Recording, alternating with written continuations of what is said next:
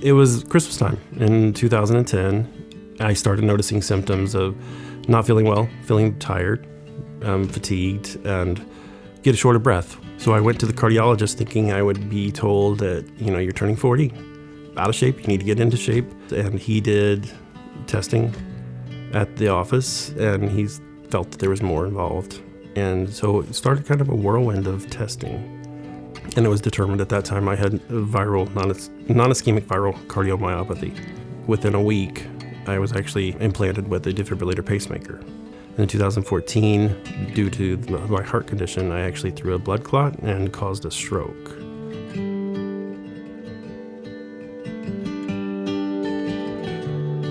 The cardiomyopathy had reached a point where there was no longer controllable. They decided that I had to be a heart transplant at that point. It has to be a match for your body size, your type, your blood type, your tissue type. All these things have to match. And it could take years for this to happen.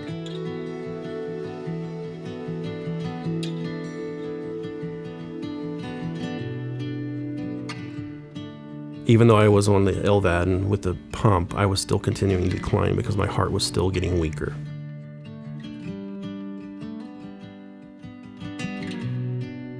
It's a scary thing because you don't know, what's going to happen. And then your thoughts go to, your donor and their family and what they're going through. The day of the surgery, everything went well. I remember waking up in the room and the nurse was in there.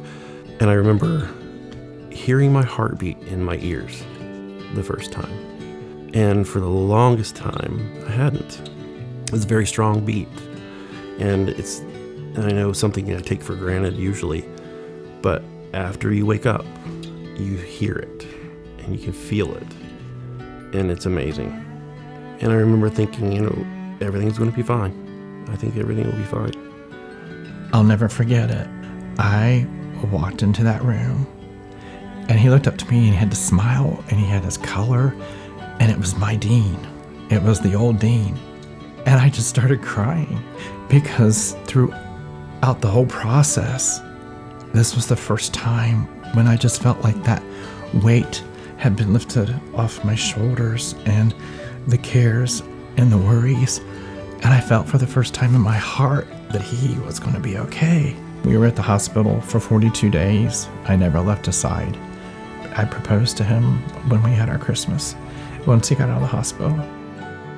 We have a cruise coming up, and I'm going to be getting married. I wanted to be able to dance at my own wedding, and that's going to happen.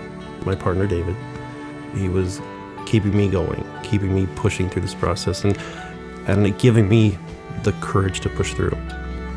The biggest thing that I noticed since the transplant is how much you adjust during your time that you're not feeling well. Since then, I was able to go through cardiac rehab. I joined a gym. It may not look like it, but I couldn't swim anymore. Now I can swim. I was able to go back to work 3 months ahead of schedule. We're able to travel. I'm able to do everything that I want to do and just get out there and live it. He's the old dean, but there's a lot of newness to him. I really feel he has the spirit of his donor with him. We've been blessed to be able to meet the family, and it's been such a blessing.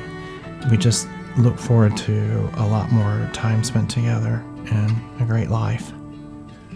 I would like to say a thank you to the American Heart Association. That I'm still here is due in part to people like you. Many other people are going through the same journey I went through. And if there wasn't people like the American Heart Association, I don't think we would be here today.